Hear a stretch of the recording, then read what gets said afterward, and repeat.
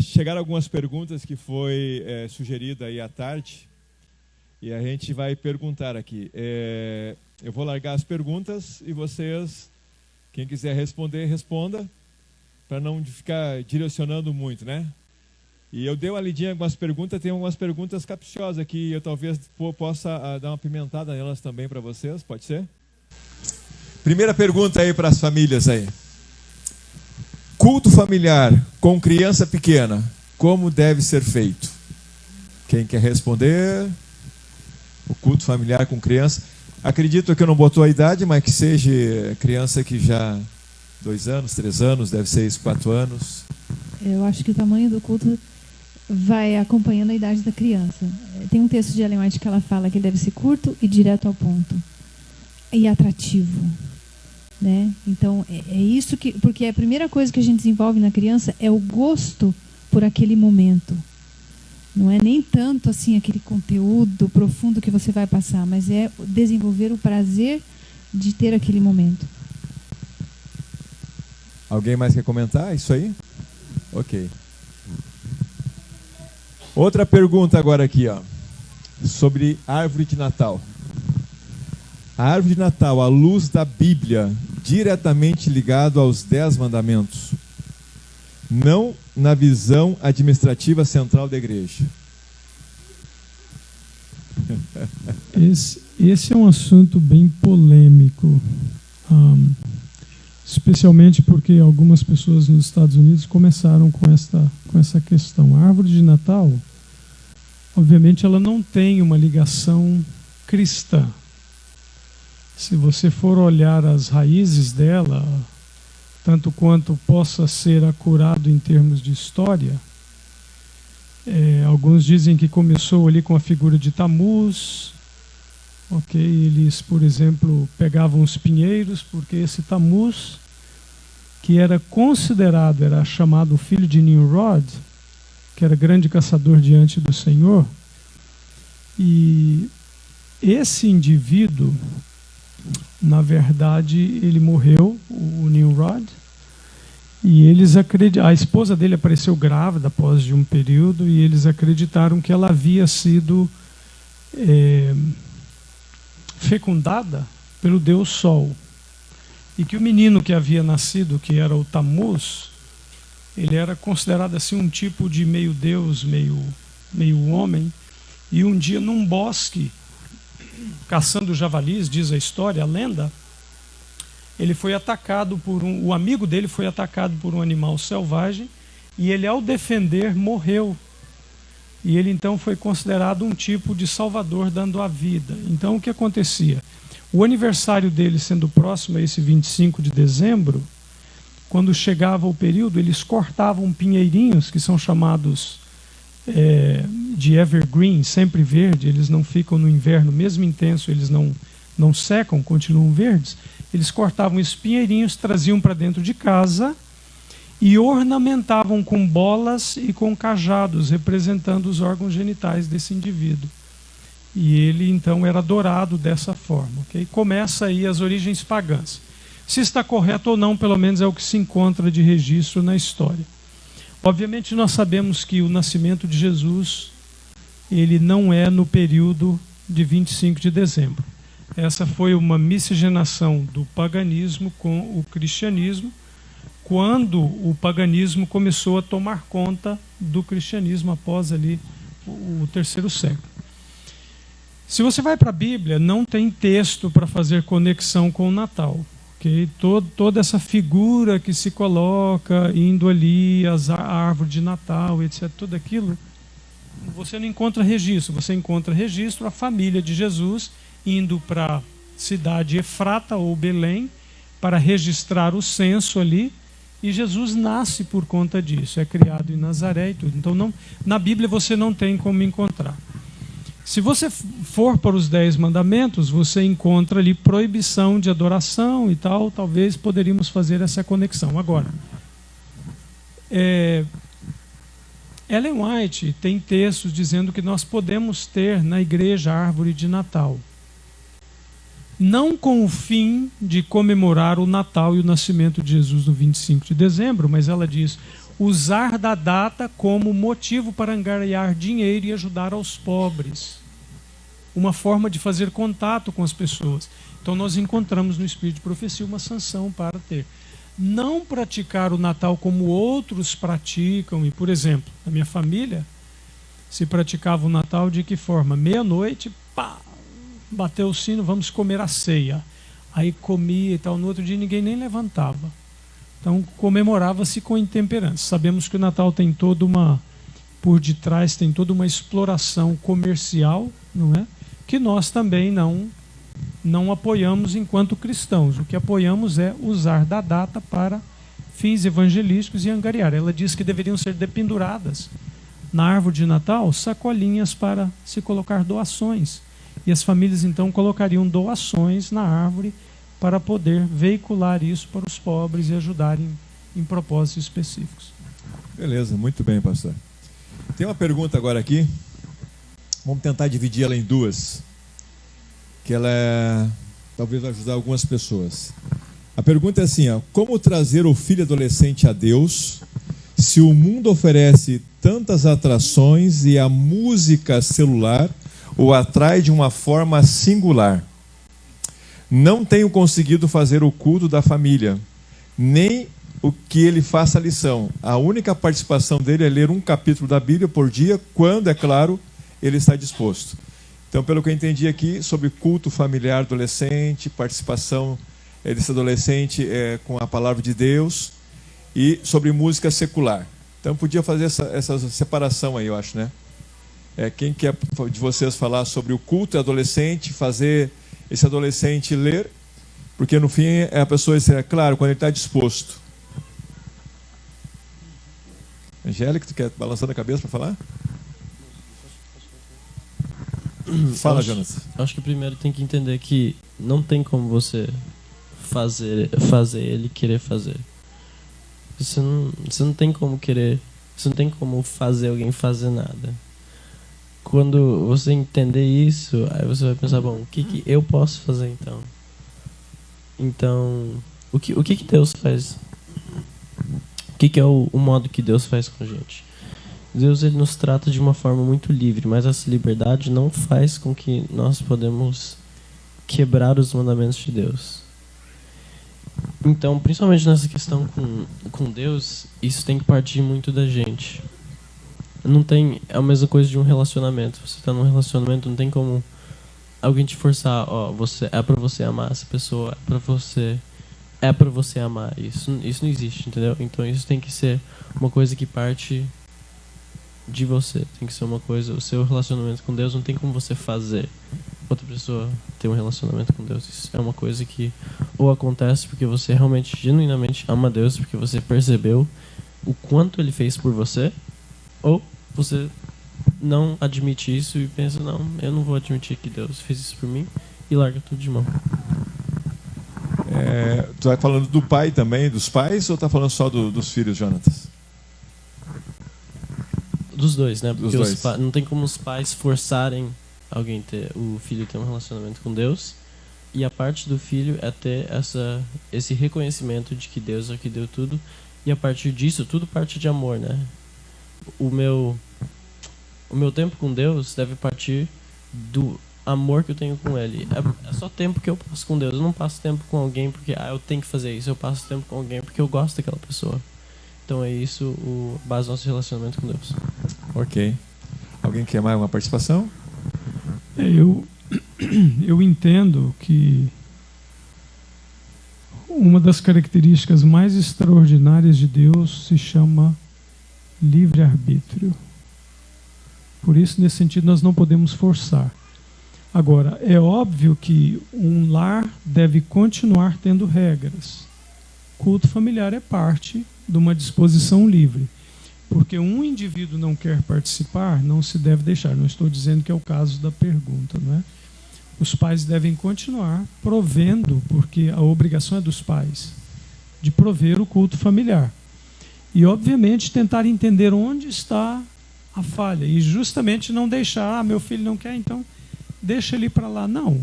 Fazer o possível para que ele seja envolvido sem que, ao mesmo tempo, seja forçado. Porque Veja, o princípio bíblico diz o que? Deus não aceita adoração forçada. Certo? Ele não aceita. A pessoa pode chegar e derramar aí rios de azeite, fazer milhares de sacrifícios. Se aquilo é mecânico, Deus não aceita. Deus quer... Veja, nós costumamos fazer assim, eu ofendi a pessoa, mas eu não ofendo a Deus. Deus para nós é um ser etéreo, que não tem sentimento, não tem coração. Se você tem coração e sentimento, é porque você foi criado à imagem e semelhança de alguém que tem sentimento, que pensa, que se ressente, não é? Jesus ficava magoado às vezes com a atitude dos discípulos. Ele chega ali no jardim e ele diz, poxa, vocês nem por um momento puderam velar comigo, puderam estar... Ele ficou triste com ele pela situação deles. Ele chora? Ele chora. Ele fica... Não é que ele fica assim, agora eu estou emburrado com você. Não vou te abençoar. Não. Deus fica assim. Às vezes nós pais ficamos feridos pelo comportamento dos filhos e às vezes os filhos ficam feridos pelo comportamento dos pais. Certo? Porque nós pais também erramos. Então isso ofende os filhos. O que deve haver? Uma via de mão dupla de perdão. Não é porque eu sou o pai e eu não erro, eu vou... Não, eu errei, eu sou o pai, ele tem que me obedecer e acabou. Não, eu às vezes tenho que chegar e falar o quê? Me perdoe, eu errei. É difícil para a gente? Por quê? Porque a gente é orgulhoso. Não, eu não estou dizendo que é o caso da pessoa que fez a pergunta, mas precisa ser estudado para ver se há alguma coisa que está, não é, barrando aí esse processo. Exato. Quer falar? Isso. Ao mesmo tempo, também não adianta você ter o filho ali, né, no culto e ele tá sem a própria vontade, ou emburrado, né? Tô aqui. Já li aí, tá, né? Então, assim, a gente tem que entender que a conversão e o convencimento não somos nós que fazemos, né? Então, a oração é algo, assim, essencial. Por quê? Porque nós estamos do lado vencedor. Nós não precisamos ter medo, né? Nós temos todo o céu a nosso favor. Então, os anjos maus estão tentando os nossos filhos, porque eles querem que eles se percam, eles querem sofrer menos nas chamas, que eles não têm mais chance, né? Quanto mais pessoas se perderem, melhor para eles. Então, eles querem enganar os jovens, fazendo com que eles pensem que a rebeldia é um caminho, que não é.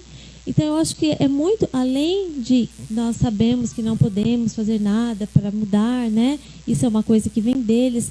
Mas, além da oração, nós devemos deixar bem claro para eles que, sim, eles têm a liberdade, né? Só que a partir do momento que eles escolhem o erro, eles perderam a liberdade.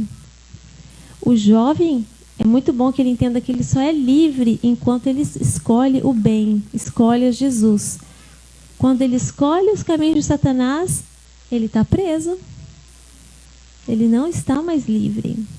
Então, nós, os pais, eu acho que é o nosso dever apresentar o bem, mostrar o mal, mas deixar bem claro quais são as consequências. Você quer essa consequência? A mamãe e papai te ama, a mamãe e papai sabe que isso não é o melhor. E se o filho cresceu confiando em você, amando em você, ele vai acreditar que você quer o melhor para ele.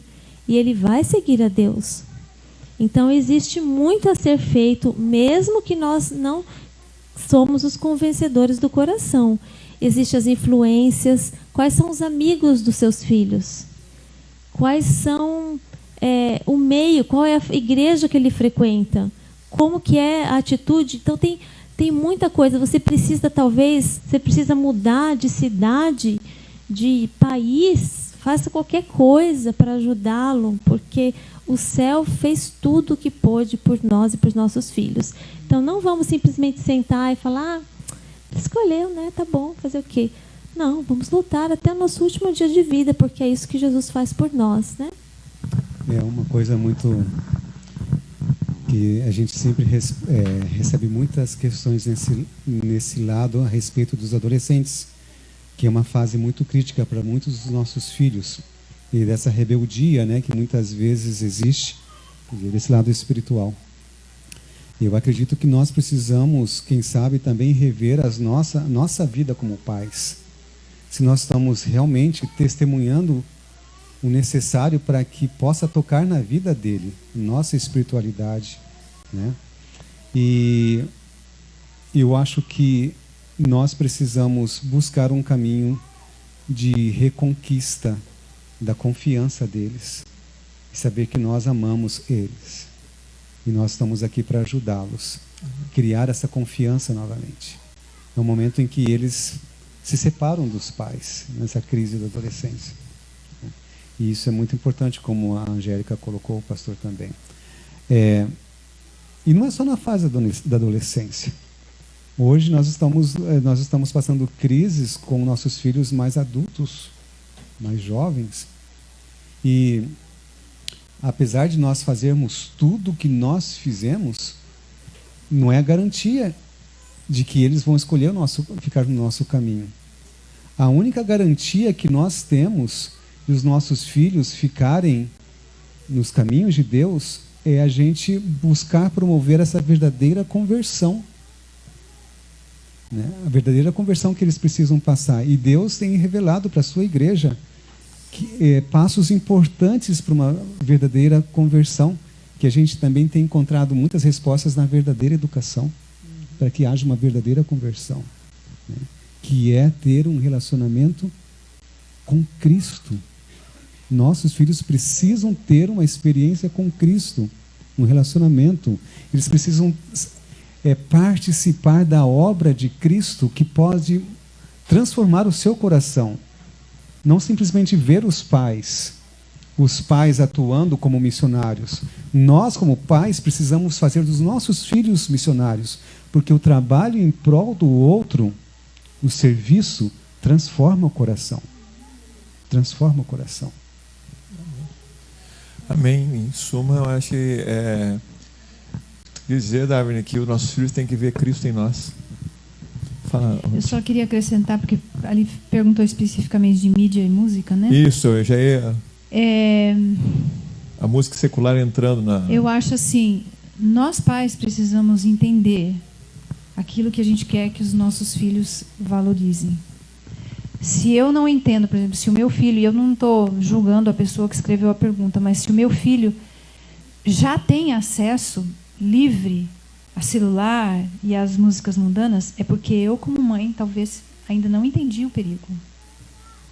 Porque se eu, como mãe, vejo um perigo e deixo o meu filho, pode ser que a gente pense assim, se eu cortar, ele vai ficar bravo comigo. Não. Se você sabe que você está indo, se você não sabe que você está entrando num terreno perigoso e alguém fica do seu lado e deixa você entrar, o que você vai pensar dessa pessoa? Que ela não te ama. É o contrário. Por mais que eles não entendam, se eu, com amor, proteger os meus filhos dessas influências e, com amor, explicar e trabalhar com eles, aos poucos eles vão entender, sim. Eles podem ficar revoltados, podem passar por um momento de revolta, mas, com o tempo, eles vão entender. Só que isso tem que ser feito com muito amor. Verdade. Bueno, próxima pergunta. Essa é bem capciosa. Diferença entre perfeição e perfeccionismo. Vai lá, pastor. Bom, eu poderia devolver a pergunta, né? Perfeição é obediência. Ponto. Essa é a definição teológica para perfeição. Fazer aquilo que Deus pede. Perfeccionismo é fazer o que Deus não pediu. Ponto. Quem guarda o domingo é perfeccionista. Porque a Bíblia não pede domingo. Mas os que guardam o domingo dizem que nós que guardamos o dia que o Senhor pede, eles dizem que somos perfeccionistas por guardar o sábado, correto? Mas nós somos perfeccionistas? Não. A Bíblia diz, guardareis os meus sábados, de pôr de sol a pôr de sol. E a gente simplesmente obedece e aceita. Se eu levantar a mão aqui, ou, digo melhor, fizer a pergunta e pedir para levantar a mão, quem é que guarda o sábado aqui para ir para o céu, para ser salvo? Possivelmente ninguém vai levantar a mão, porque nós temos a consciência de que guardar o sábado não nos leva para o céu. Mas transgredir abertamente um mandamento que nós conhecemos também vai nos deixar fora do céu. Certo?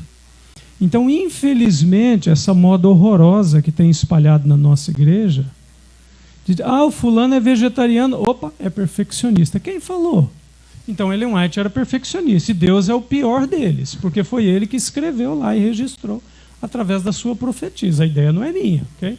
Eu apenas obedeci, e aqueles que entendem, obedecem. Existem pessoas que não entendem que são vegetarianos porque senão não vou para o céu. Existe, e esse não é o padrão.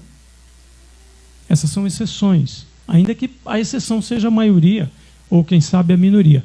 Mas infelizmente, por parte daqueles que não querem se comprometer, por exemplo, com a reforma de saúde, aqueles que praticam incomodam a tal ponto que eles viram e falam, esse indivíduo é perfeccionista, porque ele é vegetariano. Quem falou?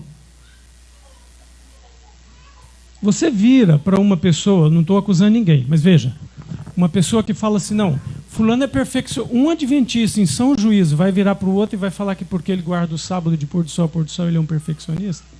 Ele é um perfeccionista se ele fala, não, eu estou guardando o sábado porque eu vou para o céu através disso. Isso é perfeccionismo. É requerido de nós perfeição. Isso está abundante na literatura de Ellen White. Obras. Ninguém vai para o céu como transgressor. Deus não salva pecadores em transgressão aberta. Deus salva pecadores e os capacita para viver em obediência. Ponto. Isso é bíblico. Nossa igreja sempre creu assim porque crê na Bíblia, ok? Então o que é perfeccionismo? Perfeccionismo é tentar ganhar o céu pelas próprias forças. Ellen White diz que nada do que venhamos a fazer pode ajudar, no mínimo que seja, a liquidar a nossa dívida de transgressão. Nada, irmãos, nada. Não é o vegetarianismo, não é a guarda da lei, muito embora tenhamos que fazer isso. E eu falei hoje de manhã, né?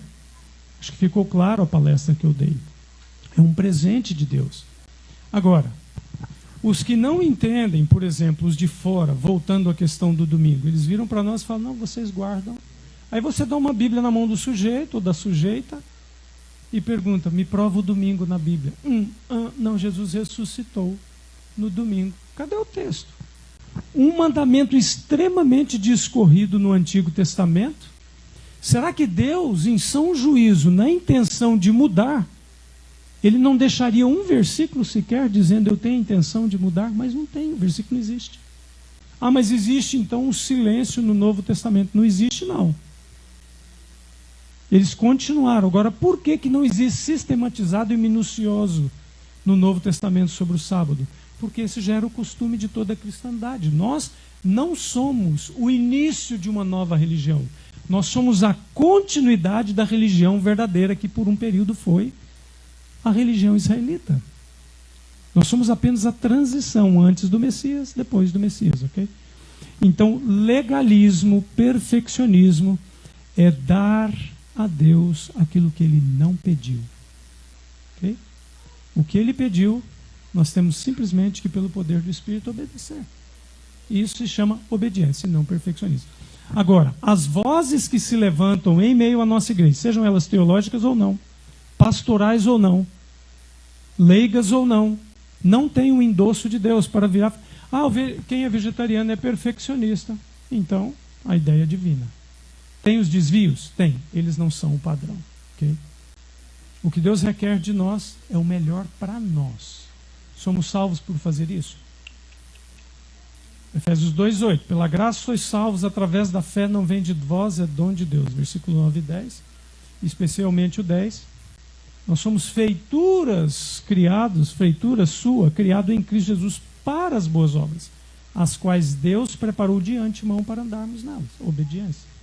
Pelo poder do Espírito. Isso não é legalismo, isso é obediência. Okay? Obediência. Ou perfeccionismo. Tá bom, tá aqui. Obedeceu? Obedeci. Caim obedeceu, só que ele trouxe o que Deus não pediu. Ele era o legalista. Abel foi considerado obediente, pagou o preço por isso, mas ele trouxe o quê? O que Deus pediu, um cordeiro. E pastor, uma pergunta assim, no ponto de vista na área humana, nós seres humanos, a olhar as pessoas, uma característica para identificar o que seria na família. Um perfeccionista na família? Assim, a família, por exemplo, nós conversamos, dá para dizer que ao olhar a família, ver os filhos, eu posso dizer se essa família é perfeccionista ou não? Não genérico, né? Claro. Veja, nós podemos ver, porque a Bíblia endossa isso, pelos frutos os conhecereis. Obviamente, a gente não tem que ser um caça-fantasma, né? Olhar e dizer, agora quem é e quem não é. Mas quando você vê, os frutos são produzidos, ok? É o que foi dito aqui pelo Davern. Isso. Deus, a porcentagem foi alta dos apóstatas, dos filhos de Deus, 33%. Não foi a terça parte dos anjos que se apostatou? A culpa era de Deus? Não.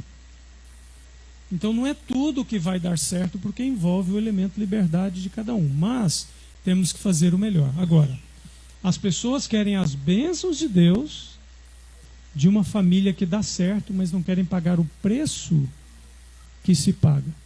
J. Alan Patterson, ele escreveu um livro com o título O Mito da Grama Mais Verde. O indivíduo olha à distância o gramado, bonito, cuidadinho, aí ele vai e cobiça.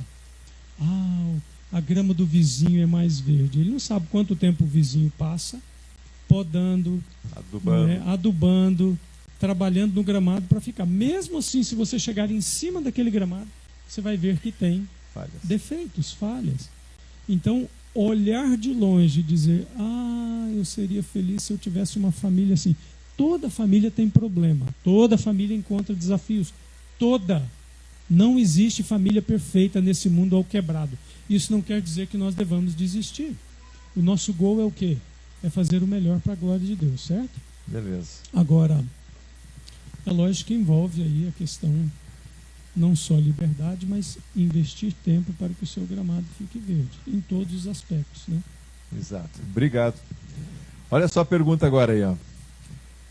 Sobre competição na verdadeira educação. Primeiro, o que é verdadeira educação e a competição? Capciosa, né? Ixi.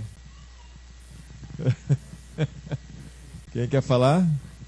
Se não falar, eu vou começar a direcionar.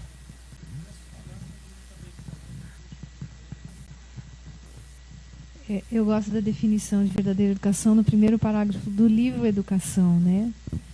Muitas vezes a gente pensa em educação como os estudos, ou a carreira, a profissão que você vai fazer.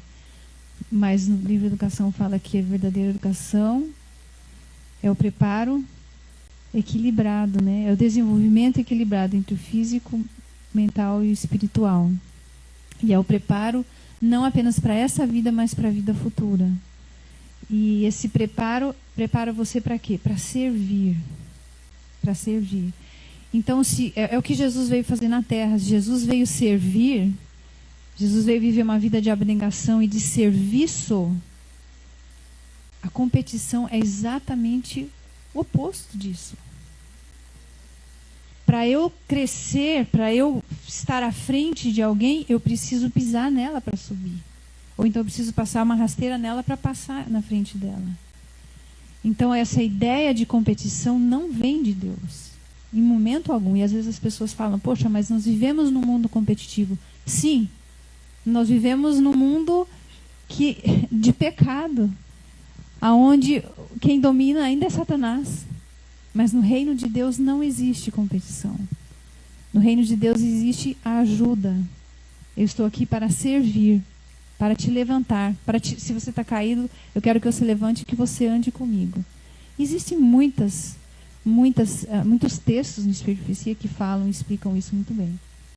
E ao mesmo tempo que não existe a competição, Deus promove o crescimento para o seu filho.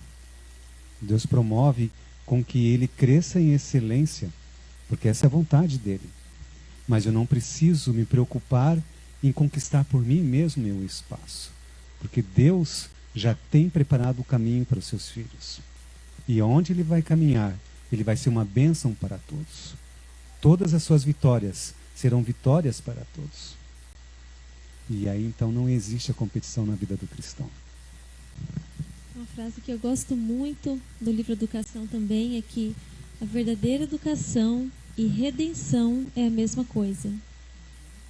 Então, toda atividade, né, como o Samuel falou aqui hoje sobre princípios e padrões, né, toda atividade que você for fazer, que você vai encorajar a família a fazer, isso vai ajudar na redenção? Ele precisa disso para vai ajudar o caráter dele, vai ajudar ele a estar no céu? Vai. Então vamos fazer. Se a resposta for não, para que perder tempo? Beleza, eu acho que é isso aí. Eu vou fazer uma pergunta agora direcionada, tá? Para o Samuel e para o Jonas. Olha só. Samuel, acho que é contigo essa. E é difícil essa. Paciência, te vira nos 30 aí. Qual a idade dos meninos do pastor Gomide? Aqui, eu não perguntei para as meninas, isso daí é falta de educação, mas para você pode dizer a idade, né? 16, 18. 18. Tem 3 perguntas para vocês. Qual a rotina diária de vocês? A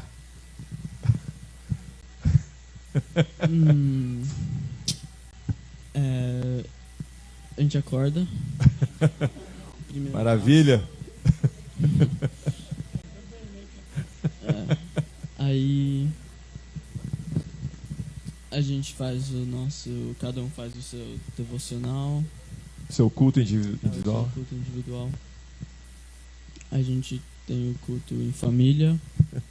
E daí a gente faz o culto em família e daí come, ou às vezes vice-versa, dependendo do dia. Aí eu e meu irmão ou vai pra aula ou a gente estuda, e daí o resto do dia ou estudando ou indo pra aula ou trabalhando. Daí chega em casa, no final do dia faz o culto e vai dormir. Que rotina, meu, hein? É isso aí. Beleza. É isso aí, Jonatas? É basicamente isso aí. Tá, agora então responde essa aqui, que eu acho que é a mais difícil para te responder. Vocês pensam em voltar para o Brasil? Quem são vocês? Família Gomide. É quem tem que falar pela família Gomide.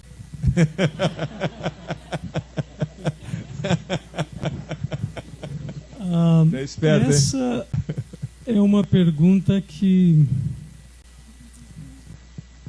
quando foi para voltar para os Estados Unidos, o secretário me perguntou assim: por que você quer voltar e aceitar esse chamado? O secretário da associação que me entrevistou por telefone, ele, o tesoureiro. Você está numa posição na obra que a maioria dos pastores gostariam de estar. Por que você está voltando? Pastor? Estava no seminário dando aula de teologia. Eu falei para ele: olha, não se faz teologia, eu não fiz teologia por causa de uma posição específica. Aí eu falei para ele: para nós, a paróquia é o mundo, para onde Deus chamar, nós entendemos que a vontade de Deus é para ali que a gente vai. Amém. Quando nós consideramos um retorno, um chamado, uma mudança, a primeira coisa que a gente considera é o bem-estar da família como um todo, especialmente dos filhos. Se houverem 2 chamados, nós vamos pesar, especialmente se for um ambiente pesado de cidade que não vai ser bom para eles. Aí nós não. Mas tirando isso, nossa família pensa em servir e ir. Por exemplo, a gente pensa, quem sabe, se Deus considerar o privilégio de nos dar o privilégio um dia de morar no Oriente Médio, aprofundar na língua de lá, trabalhar com o povo de lá como missionário. Esse é um desejo que a gente teria. Amém. Mas a gente não considera assim: não volto para o Brasil, não vou para os Estados Unidos. Estados Unidos tem coisas excelentes e tem coisas terríveis, como aqui no Brasil tem coisas excelentes e coisas terríveis. Então, quem mora nos 2 lugares sabe dos encantos e desencantos. Então, a gente não tem assim aquela ilusão: esse lugar é o melhor lugar. Por exemplo, esse lugar aqui é excelente.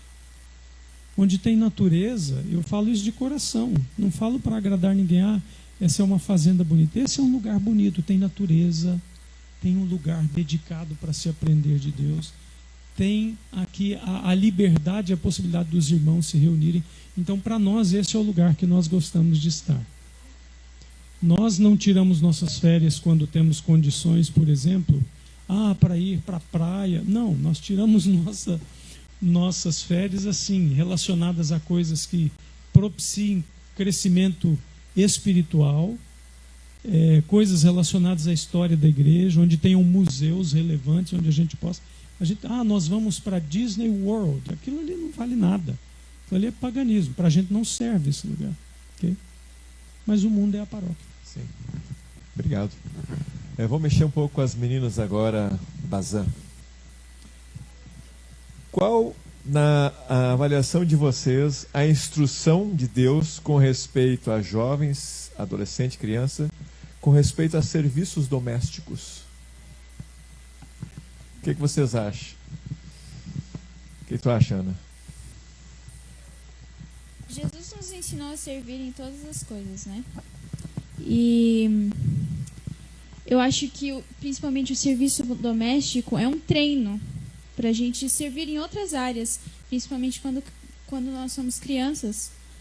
A gente vai aprendendo, às vezes, fazer coisas que a gente não necessariamente gosta, mas a gente faz por amor à minha mãe, porque ela tem todo esse trabalho a fazer, e é bastante coisa.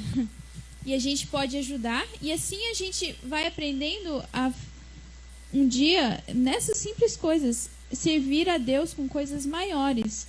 E talvez sejam coisas que a gente não tem aquele prazer em fazer. Mas como nós amamos a Deus e nós queremos servir a Deus, a gente vai fazer.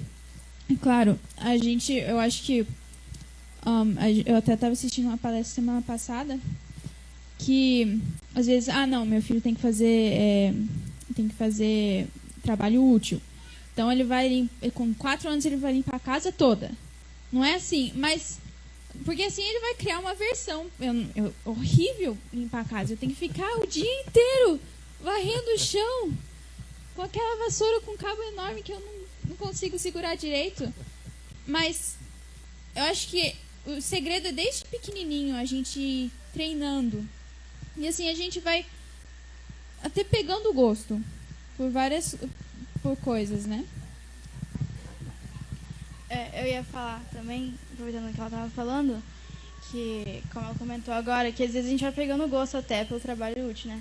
E eu acho isso uma coisa boa. Mesmo que a gente não goste de lavar uma louça, mas a gente tem que aprender a fazer isso sem estar mal-humorado, né? E muita gente, eu já vi em várias famílias isso acontecendo, por exemplo, quando o filho desobedece, a consequência é fazer alguma tarefa de casa. Isso é a pior coisa. Porque acaba que eles pegam a versão daquilo e não querem fazer. A mãe manda... É o castigo. Eu não quero lavar a louça, é castigo. Eu não vou lavar a louça. Tô sempre de castigo, né? Que coisa. É isso aí. É isso aí. Olha a pergunta agora aqui, eu vou acrescentar um pouquinho mais, porque a pergunta é só, vida no campo ou vida na cidade? Quando é que a gente deve ir para o campo, se é que tem que ir para o campo? Vamos lá, famílias. Vida no campo ou vida na cidade? Alguns dizem vir na cidade porque a senhora White falou que tem que pregar na cidade. Mas nós temos que fugir para o campo. Outros dizem, não, nós temos que ir para o campo. Quando é que é a fuga? Como é que é essa coisa aí? Bom, tá bem claro, né, que para os filhos o melhor é o campo, né?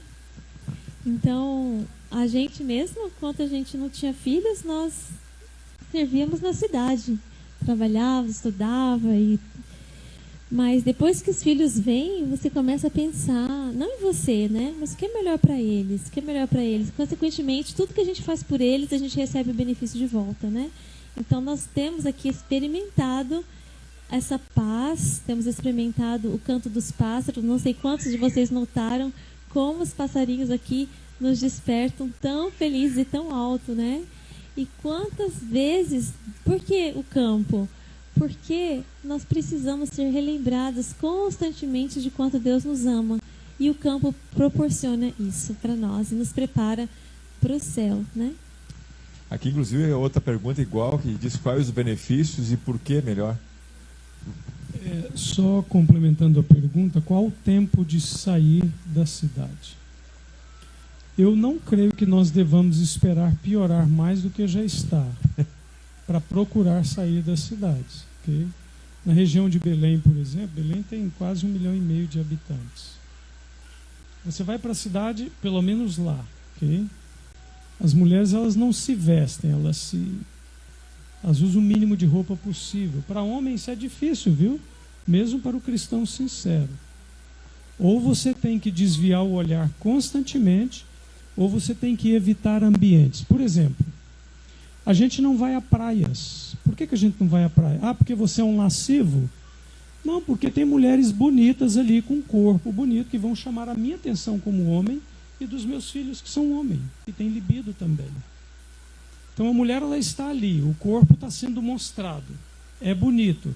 Ah, eu sou um cristão convertido. Eu tenho que evitar situações.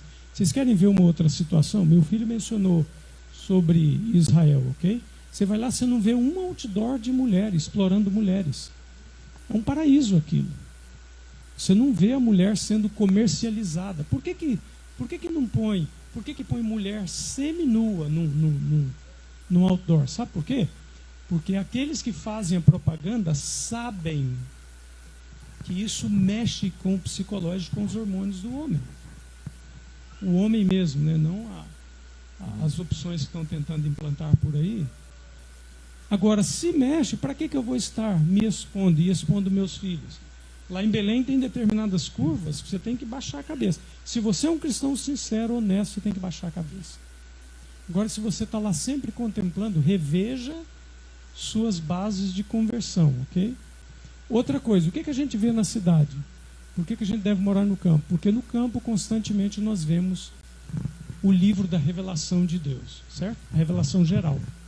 Os pássaros, os animais, a interação com a natureza, os sons, as obras do Criador. Isso aí está em Salmo capítulo 19, versos 1 a 6, a revelação geral. Do verso 7 ao 13, você vê a revelação especial. Agora você vai para a cidade, o que você vê? As obras dos homens. Daí você vê crime, você vê competição, o trânsito te estressa, e você está constantemente sendo exposto a isso. E Deus fala, viva fora. Vá à cidade para pregar, para atingir determinadas coisas.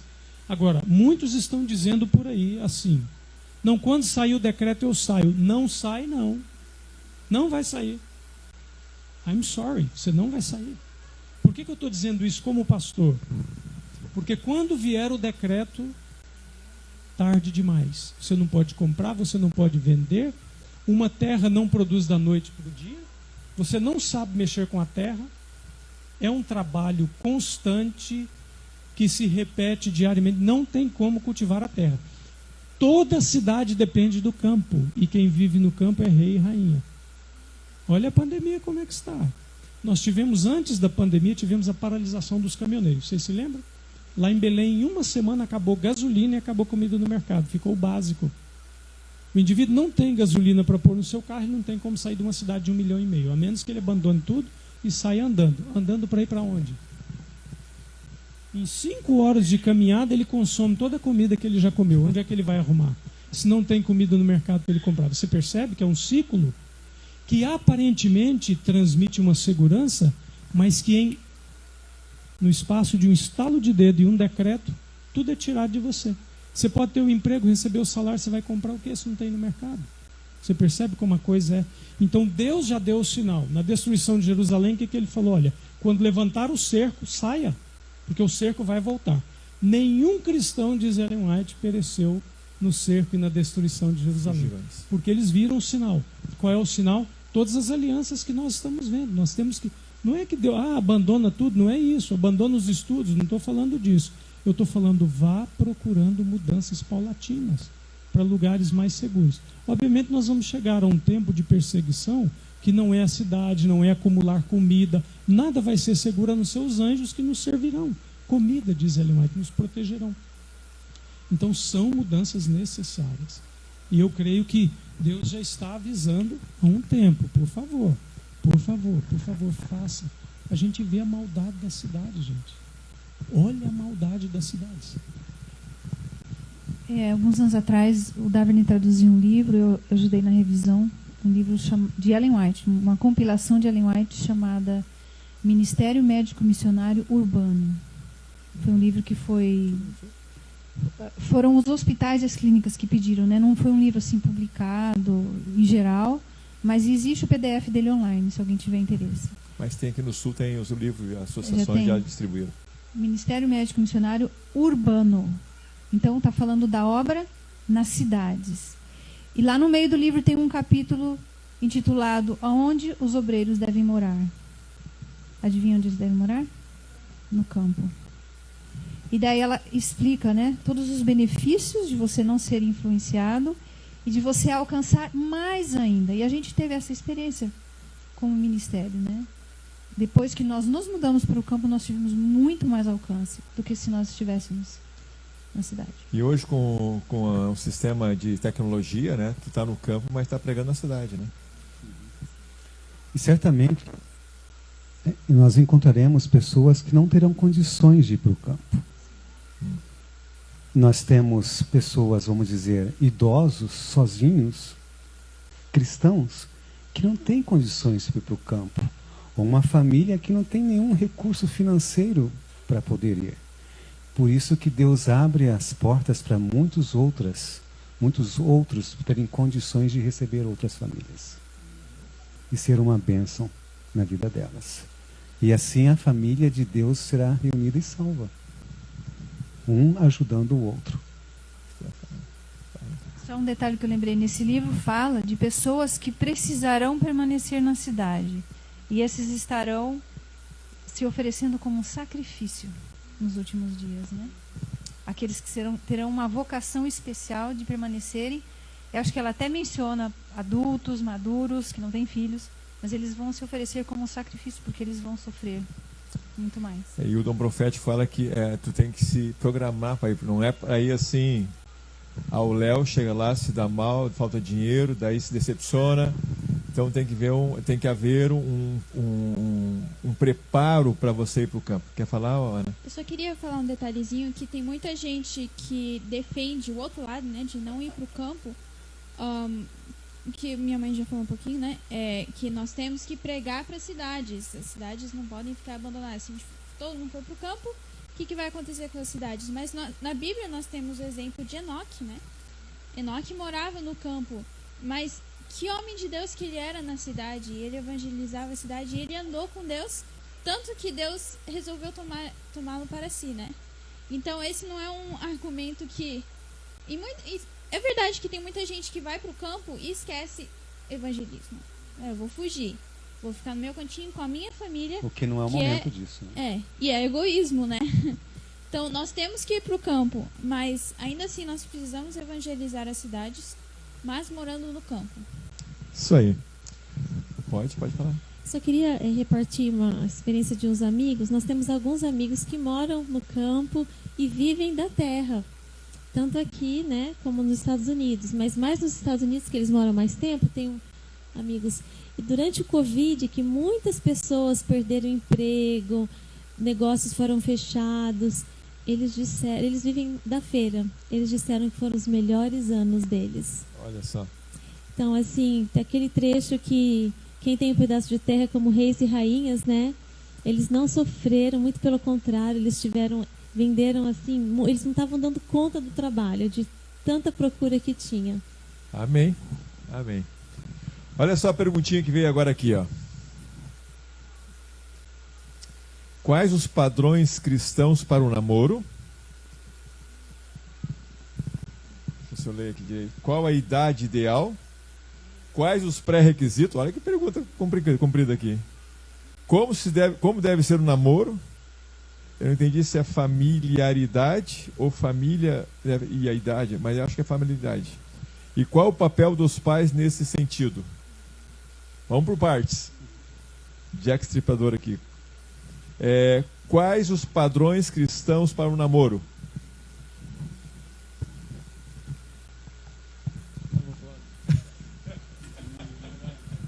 Ô Samuel, desistiu? Não quer responder? Ok. Qual tu queria? Quais os padrões para o namoro? Qual a idade ideal? Beleza. Eles fizeram alguns estudos e o maior impacto que a maioria das pessoas fizeram no mundo, assim, as pessoas que fizeram impacto no mundo, um impacto grande, os maiores, como é que fala, accomplishments? As maiores realizações foram feitas entre as idades de 19 e 30 anos. Então, se você quer fazer um impacto no mundo ou em qualquer lugar, sei lá, agora é hora de focar no que você vai fazer. No que você vai fazer na sua vida, no que você vai fazer por uma carreira profissional, no que você vai fazer por missão, se você quer fazer um impacto. Se você não quer fazer um impacto no mundo, aí beleza. Muito bem, Samuel. Valeu. Sim. Direto. Deus, assim, essa pergunta é excelente, porque Deus tem resposta para todas elas, né? E nós demos uma palestra sobre esse assunto há um tempo atrás, e todas essas perguntas foram respondidas na palestra, né? Uma das coisas que eu achei mais interessante que nós tocamos é que você nunca pode procurar um namorado ou uma namorada para você ser feliz. Você tem que ser uma pessoa feliz e realizada. Você tem que, quando você vai procurar um namoro, né? Você entende que logo você quer casar, né?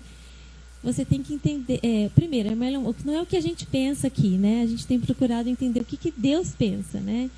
Deus tem nos mostrado que algumas fases da vida têm que estar completas, como, por exemplo, os seus estudos. Porque a Ellen White fala, não tem como você concentrar nos estudos e no relacionamento ao mesmo tempo. Inclusive, ela escreve uma carta para a neta dela, e a neta estava de olho no rapazinho, e ela falou para a neta, não, pode terminar, quer dizer, não tinha nem começado. Ela falou, não leve adiante, porque o seu foco agora é o estudo. Passou, assim, 2 anos depois que ela tinha conseguido, Ellen White, então, falou, vai em frente, né? E eles casaram e foram muito felizes. Eles foram missionários para Deus, mas foram seguidos alguns passos. Então, rapidinho, assim, os passos são, o estudo tem que estar completo, a parte financeira tem que estar completa, tem que ser uma pessoa que esteja independente, né? O seu chamado para a vida, você sabe qual que é a sua missão na vida, qual é o seu chamado? Você é feliz do jeito que você está realizado, feliz, satisfeito, sem ter ninguém. E você quer uma pessoa feliz solteira também, porque se um tristinho junta com outro que está tristinho, vai ficar 2 tristinhos e também não vai dar certo, né? Então é bom quando um feliz, realizado, satisfeito, quer trabalhar para o Senhor na obra, encontra outra pessoa igual e eles vão juntos aí. Aí vai mais forte, né? E não cai, né? Existe uma citação específica de Ellen White que fala da idade, né? Que entre 12 e 19 anos o jovem não está preparado para pensar em casamento, né? Justamente porque ele tem essas outras áreas para desenvolver, né? Oi? Sim. Ele está mencionando aqui, né, o amadurecimento do lobo frontal. De acordo com as pesquisas, ele se completa aos 30 anos de idade. Não estou dizendo que a gente vai casar aos 30. Eu fui feliz, casei nessa idade. Nós também. Mas a questão é que o casamento é algo tão sério, que a gente deveria ter muito medo de decidir pelo casamento, porque um casamento mal realizado pode te tirar do céu. Um missionário que casa errado nunca conseguirá ser um missionário. O casamento pode mudar toda a sua vida. E quando a gente escolhe uma companheira muito cedo, porque nós não temos ainda nossa mente totalmente preparada para filtrar e tomar decisões corretas, é um risco bem maior. Então, quanto mais a gente esperar, melhor, para que a gente tem mais chances de acertar. houve situações em que não dá para colocar a idade, é amadurecimento. É amadurecimento. Tem jovens que são super maduros, tem pessoas de 40 anos que são eternos adolescentes. É amadurecimento. E qual o papel dos pais aí? Essa é grande. Eu só queria falar um negocinho antes dessa questão da idade, né? É o que a gente tem que pensar. Para que serve o namoro? Assim, o certo seria porque a gente quer formar uma família, a gente quer casar e tudo e tal. Então, se tu acha que... se você acha... Tu? Pegando agora... Como assim tu? Gaúcha, tchê! Se você acha que com uns 15 anos, ou sei lá, quando você tá pronta, você já sabe tudo, como cuidar de uma casa, você já tem força espiritual, tudo para guiar uma família, então você estaria pronto. Mas, geralmente, nessa idade de adolescência, você não tem como, sei lá, cuidar de uma casa. Experimenta você, uma pessoa, uma menina de 15 anos, ficar uma semana sem a mãe em casa, cuidar da casa sozinha. Cozinhar, limpar. Eu já passar. testei isso, só que minha irmã tava comigo e foi um horror. Não era sozinha, ainda tinha alguém pra me ajudar. Então, imagina sozinha. A gente tem que pensar muito nisso. Jonatas, fala aí, Jonatas. Eu ia falar também, já que... Então, a gente tá assim... Tá, então, se eu não vou namorar agora, nesse momento, então o que eu vou fazer? Não é errado ter uma atração por alguém, a gente tem que perceber isso. As atrações vêm, a gente vê uma pessoa, eu gosto daquela pessoa, não é errado ter atração. O negócio é o que você faz com aquela atração.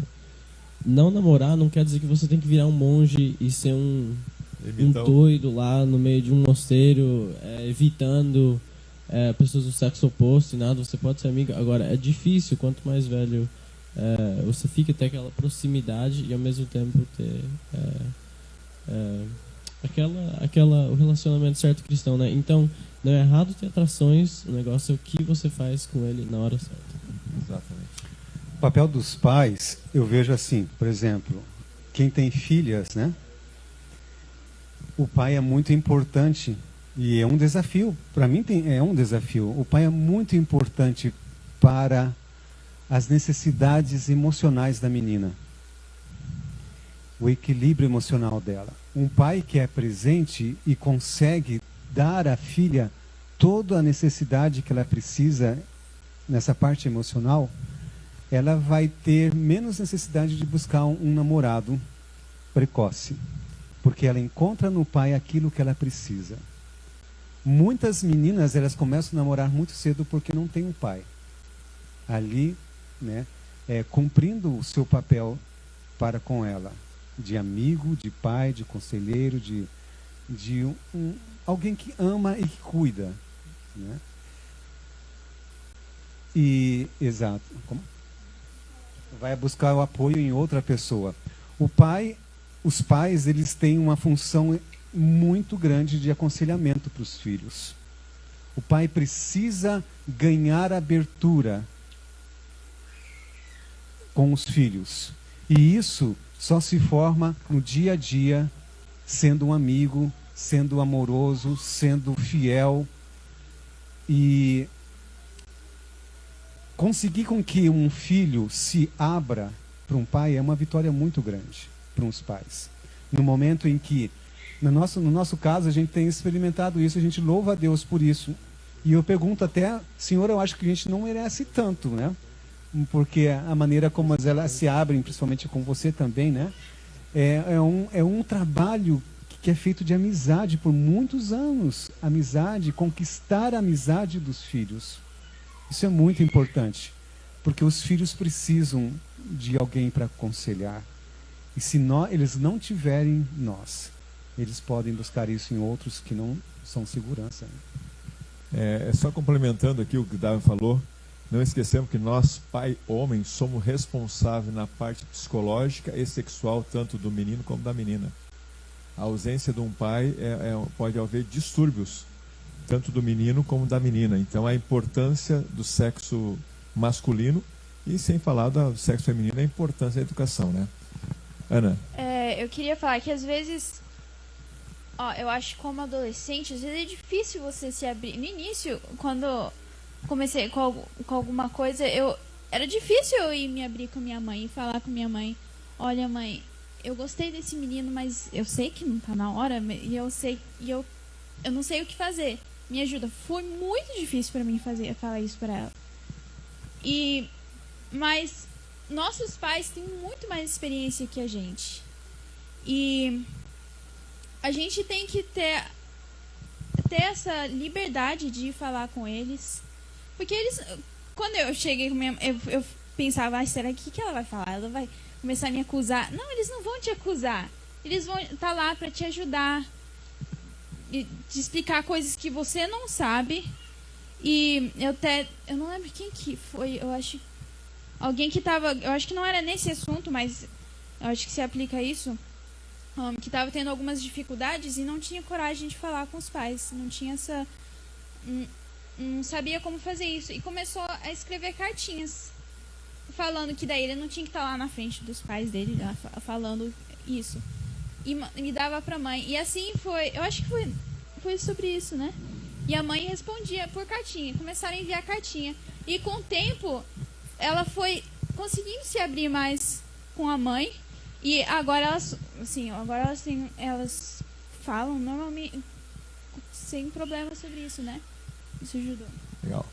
Queremos agradecer aos internautas que estão nos assistindo aí, com muitas perguntas. Uma pergunta já foi respondida aqui, deram agora aqui. Se a criança e jovens são obrigados a fazer o culto, já foi respondido aqui, né? E agora me veio outra pergunta, se agora é época, mesmo as pessoas que moram no campo, de ter muitos filhos.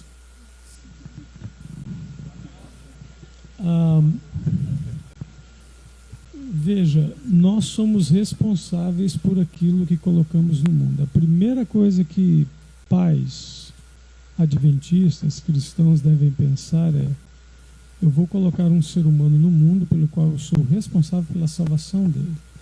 A Bíblia é clara ao dizer que quando Jesus voltar, ele vai perguntar: onde estão os filhos que eu te confiei, certo? Segundo aspecto, muitos filhos, Ellen White é clara em dizer que isso desgasta a saúde da pessoa que participa da gestação dessas crianças. Terceiro, olha a situação do mundo, como é que nós estamos hoje. É caro educar uma criança. Eu não estou dizendo, por isso eu não vou ter filho porque eu vou gastar o dinheiro. Não é isso. Um pai, o Elevon mencionou, por exemplo, a responsabilidade de ensinar determinadas coisas para o filho. O homem, o pai, ele é responsável por ensinar determinados valores como o trabalho. Nenhuma menina aqui em São Juízo iria se casar voluntariamente com um preguiçoso que fica na rede o dia inteiro. Ela vai ter que sustentar o cabra, ok? Então o pai é responsável por ensinar esses valores, ponto. Se eu tivesse filho, eu jamais ia querer que ela casasse com um preguiçoso, ok? Então veja, são valores que o pai tem que ensinar. Você está disposto a ensinar esses valores? Educar 2 filhos é uma coisa, educar 6 ou 10 é completamente diferente, porque cada um é um indivíduo diferenciado. Eu particularmente não creio que vivamos, essa é a minha opinião pessoal, as pessoas são livres, que nós vivamos em tempos de se ter muitos filhos. Noé estava à beira de destruir o mundo, ele teve só 3. Com 500 anos ainda. Com 500 anos, ele teve 3. Agora, é lógico, existem padrões. Por que é que se tinham muitos filhos no passado? Por exemplo, a Bíblia diz assim: aquele que tem muitos filhos é como o guerreiro que enche de flechas a sua aljava. O clã ajudava a proteger a família porque havia invasão, havia roubo, havia morticínio. Então, muitos filhos ajudavam a proteger. Segundo, na época aí do século XIX, os nossos pioneiros, eles tinham muitos filhos, por quê? Porque era mão de obra na lavoura, não tinha método contraceptivo, etc. Então era parte, nós vivemos numa sociedade diferente. Por que vamos ter 10 filhos? Só pelo prazer de... Entendeu? Então nós precisamos realmente parar e pensar qual o objetivo de se ter um filho.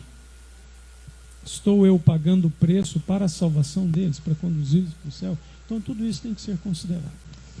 Beleza. Olha só, tenho 2 perguntas. Quer falar? Você ia comentar desse negócio? Não é o fato, que eu sou a favor, sou não ter filho, ou que não deve ter filho, mas eu achei interessante uns amigos nossos, que a mãe tá grávida agora e ela falou com o filho dela assim: alguma coisa assim, filho, o que você acha agora? Jesus está voltando e vai nascer um bebezinho. Aí ele falou, ué, mamãe, a senhora não falou que as crianças vão ajudar a pregar? Mas eu para pregar agora.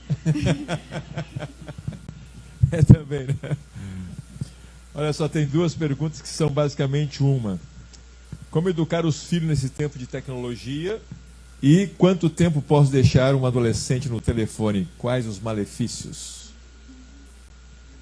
Tecnologia, telefone, mídia, o mundo na mão.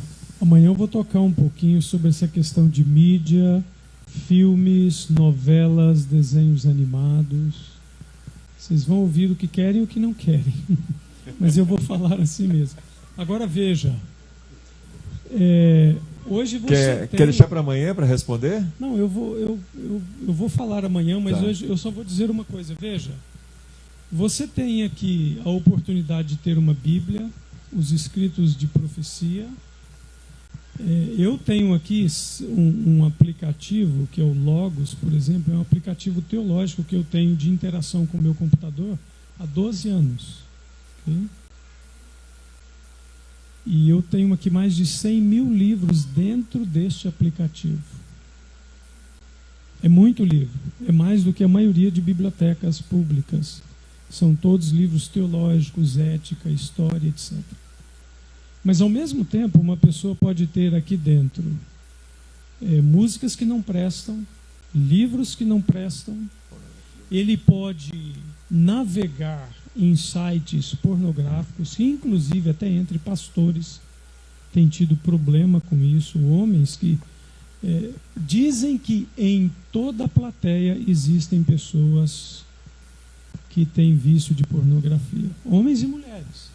A incidência é maior em homens. Então isso daqui é uma bomba, é um perigo. E eu particularmente não creio que uma criança, um adolescente, deva ser deixado ao léu a navegar a bel prazer. Porque isso aqui, minha gente, vocês sabem. Às vezes você digita uma palavra para busca religiosa e existem várias cruzações intencionais para pular na sua frente uma imagem que você não deve. E basta segundos para poder atrair, jogar aquele gancho, aquela isca. O diabo não brinca em serviço, ok? Desmond Ford foi um indivíduo que levou a terça parte dos teólogos da nossa igreja falando contra o santuário, ok? O filho dele se tornou um dos grandes homens na indústria pornográfica, tendo sites de indústria pornográfica, ok? Afastou da igreja, a família inteira afastou, e o filho dele mexe com sites pornográficos hoje. Agora veja, está aí, e nós temos que usar isso aqui com extrema responsabilidade. Extrema responsabilidade. Ainda que se use com coisas boas, mas tem como você monitorar o tempo que você passa aqui e usar com responsabilidade. E eu acredito, particularmente como pastor, eu acredito que muita gente vai se perder por causa desse instrumento. Sinceramente, eu acredito. Pelo resultado que eu tenho visto hoje. Okay? Pelo resultado que eu tenho visto hoje. A internet é uma fonte de pesquisa e, ao mesmo tempo, uma fonte tremenda de perigos.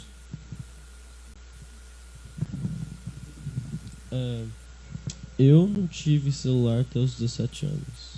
E eu dou graças aos pais por isso. Porque se eu tivesse tido celular, sei lá, com 13, 14, hoje eu seria uma pessoa completamente diferente. Então, às vezes eu pedia para meus pais, não, mas eu quero. Então eu dou graças a Deus que os meus pais foram firmes e falaram, não, você não vai ter agora por causa do seu próprio bem. O celular hoje, eu, às vezes agora, eu até me arrependo de ter.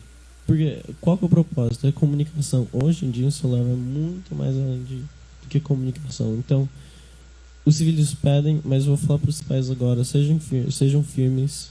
Se o seu filho tem menos de 18, eu acho que seria muito bom considerar. Eu acho que seria muito bom você considerar esperar um pouco, porque os benefícios, você tem que pensar nos benefícios e nos malefícios. Então, antes de 18, os malefícios eu acho são bem maiores do que os benefícios. telefone que ele tinha na época era só para texting e falar conosco, chamadas. Era um telefone específico nos Estados Unidos que eles têm lá, que não permite acesso à internet. Ah, porque você é um pai mau? Não, eu quero o bem dos meus filhos. Ah, você não confia? Eu confio neles, mas não confio no diabo. Não confio. Verdade. O diabo é intencional e nós temos que ser mais intencionais ainda.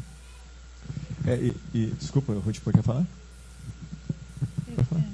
Eu gostaria de recomendar um documentário que a gente assistiu esse ano passado, né? O Dilema das Redes. É um documentário do Netflix. Ele não foi criado por cristãos, mas do início ao fim você consegue claramente ver a luta entre o bem e o mal. E eles falam assim: existe algo por trás que está tentando nos dominar. Nós não entendemos o que é. Nós entendemos. Nós cristãos entendemos.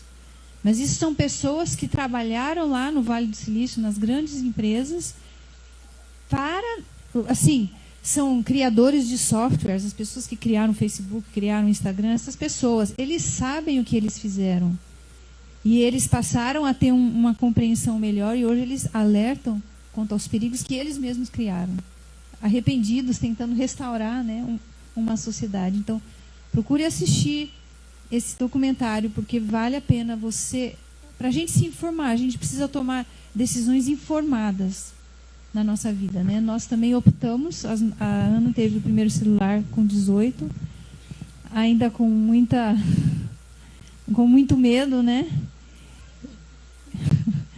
E a gente precisa, assim, por alguns trabalhos específicos, a gente achou melhor, mas com muita recomendação. Não temos praticamente redes sociais, né? E, assim, agora eu tenho um celular e eu tenho que ficar me policiando o tempo todo. Porque, apesar de eu não ter tido um celular antes, o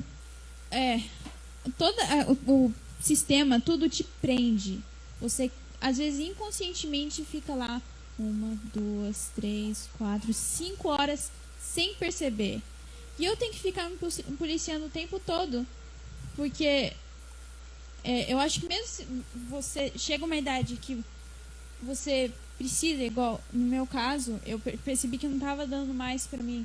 Eu usava o da minha mãe, mas eu estava com alguns projetos que estava ficando meio complicado. Eu depender só do celular dela, né? Mas mesmo tendo, e mesmo adulto, porque às vezes os pais refletem isso nas crianças, na verdade, né? Os pais... Não, isso é importante. Eu tô falando com as minhas amigas aqui, filho. Eu tô falando sobre sua educação, tá bom? Com as minhas amigas. Mas o que ele vai entender? Quando ele crescer um pouquinho, eu quero ficar no celular. Eu quero ficar no celular. Então, todos nós temos que nos policiar muito para encontrar um equilíbrio, né? Deixa eu comentar, o Wagner, tu vai falar também, não? O que a Ana falou é correto. Eu tenho pacientes que o casal, eles só se dão bem quando conversam pelo WhatsApp. Se eles for conversar pessoalmente, eles discutem e brigam. É verdade. Eles me disseram isso. Eles não conseguem... E uma que a Ana falou ali, às vezes a gente está, por exemplo, agora na pandemia, eu, por exemplo, tinha que ficar muito tempo no celular, às vezes até tarde, respondendo os pacientes que estão lá com gripe, o que faz, não faz. A minha pequenininha Valentina dizia: pai, é vício. É vício. Olha o vício. E é verdade, a gente não se dá conta. E que a Ana falou é correto. Mesmo eu tendo no meu trabalho respondendo os pacientes, ela vai se achar um direito que ela tem que ficar no celular também. Entendeu? Independente se eu estou falando uma coisa boa ou ruim. Então, eu acho que a gente tem que ter um cuidado. Nós, pais, temos que nos vigiar a nós, porque às vezes a gente fica muito tempo, e hoje o celular é o mundo nas tuas mãos, né? E os filhos também. Fala, mano. E parece que nós entramos num sistema em que nós não conseguimos mais viver sem o celular. O celular é tudo para nós. É o meio como a gente se comunica, como a gente parece que não vê outra saída. Mas, na verdade, eu acho que nós podemos mudar a nossa mente a respeito disso. O mundo colocou isso na nossa mente e está nos escravizando.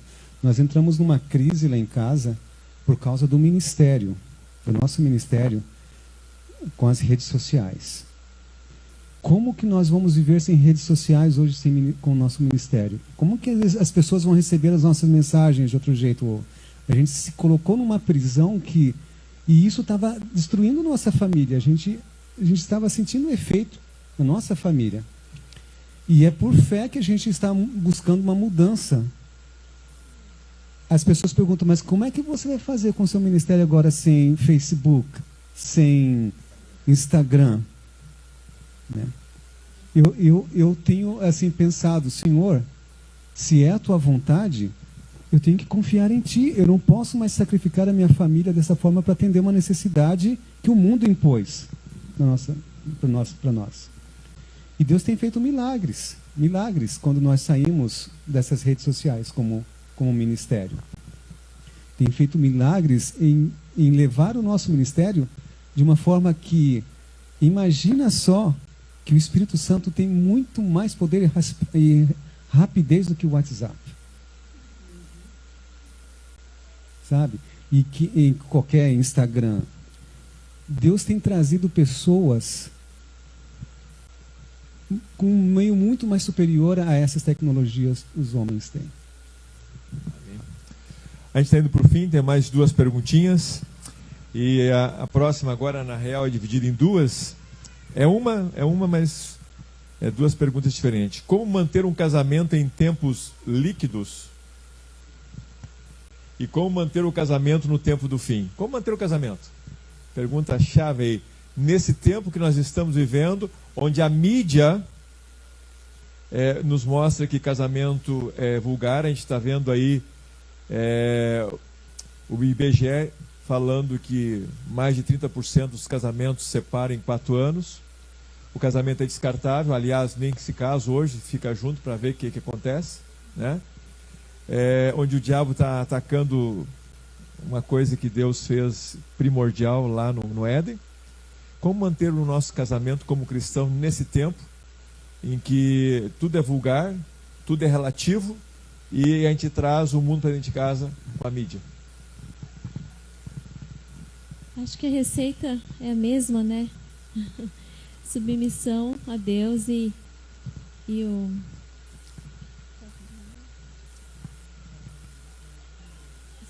abnegação, né? Abnegação. Casar é bem fácil, né? É rapidinho, assim, é bom, tudo. Mas manter o casamento que é o desafio, o dia a dia, né? E isso só funciona se os dois tiverem o mesmo objetivo, né? Tem aquele ditado que diz, né? Os opostos se atraem, mas a gente tem visto com o passar dos anos que isso não é verdade. São as coisas incomuns que nos aproximam um do outro e que nos atraem mais e mais. Então, quanto mais nós nos aproximarmos de Deus, né? Vocês já viram aquele triângulozinho, né? Quanto mais aproxima de Deus, lá em cima, mais um aproxima um do outro, né? E isso é uma coisa diária, hora a hora, né? Eu posso ter um doce com meu esposo e daqui 5 minutos ser a pior pessoa do mundo se eu não estiver submissa a Deus.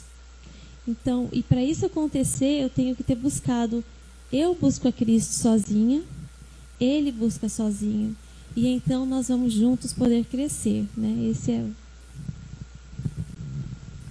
a questão da liquidez hoje da moralidade da sociedade é algo muito visível. Não é? A sexualidade, tudo é líquido. Okay? Ou seja, o que quer dizer uma sociedade líquida? Uma moral líquida? As pessoas se acomodam às situações do mundo. Okay? A moralidade hoje, por exemplo, é algo terrível. Então as pessoas têm a tendência hoje de trazerem para o casamento essa liquidez, sexualidade, por exemplo, ok? Por que as pessoas exigem comportamentos sexuais do parceiro? Porque elas estão se expondo à sexualidade pervertida. Então elas exigem do parceiro aquilo que está formando o caráter dela. E Ellen White diz que o matrimônio é sagrado e o leito matrimonial é sagrado. Okay? E a vida a dois, sexual, por exemplo, deve ser também para a glória de Deus. É isso que diz 1 Coríntios 10, 31. Quer comais ou bebais ou façais outra coisa. Não, mas isso aqui excetua. Não. Nosso padrão é a palavra de Deus. Quando você faz encontro de casais, surgem perguntas escabrosas que nem deveriam ser feitas. Ah, pode isso ou pode aquilo? Não, no São Juízo do cristão baseado na palavra de Deus no Espírito de Profecia, não pode. Por que não pode? Porque o mundo e a pornografia não é o nosso padrão. Então, o que é um casamento líquido? Um casamento que se acomoda à situação moral do mundo. A minha esposa disse que a abnegação é uma das coisas que mantém um casamento. A gente teve atrito no casamento. Às vezes a gente tem atritos e discussão como qualquer outro casamento. O que mantém o objetivo de permanecer casados? O mesmo objetivo, temer a Deus. Okay? Eu, como marido, eu devo pensar em levar minha esposa e meus filhos para o céu. Eu quero isso. Às vezes eu me comporto da forma que eu quero? Não, às vezes eu erro. Eu tenho que retornar aos pés de Cristo e pedir perdão e corrigir isso, honestamente, através da confissão e do abandono. É fácil? Não é fácil, porque o nosso orgulho constantemente, não, eu tenho o direito, eu sou. Não, é um dia a dia, é uma busca de Deus, é uma aproximação um do outro, porque eu, por exemplo, eu sou uma pessoa difícil de se lidar, orgulhoso, tenho orgulho, tenho vaidade, sou uma pessoa se a pessoa me fere, a minha tendência é querer revidar, e eu constantemente, diariamente, tenho que lutar e pedir, Senhor, transforma meu coração.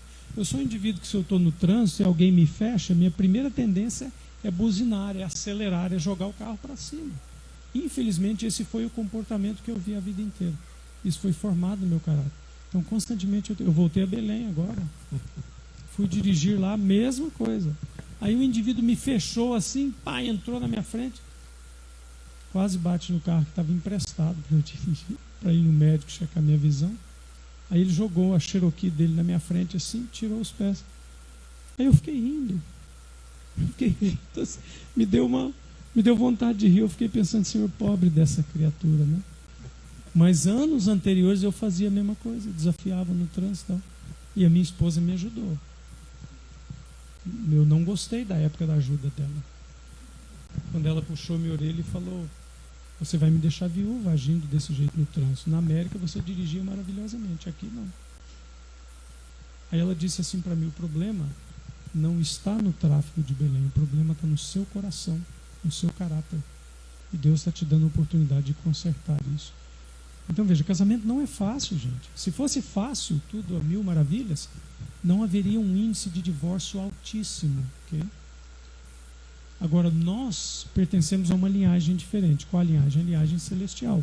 Então a gente tem que estar constante. Nós vamos fazer agora em março, dia 16, 25 anos de casado. Isso é um quarto de século. É muito tempo? É pouco tempo para a eternidade. Mas é muito tempo comparado com muitos que já se divorciaram. E tem gente aqui casados há muito mais tempo que nós.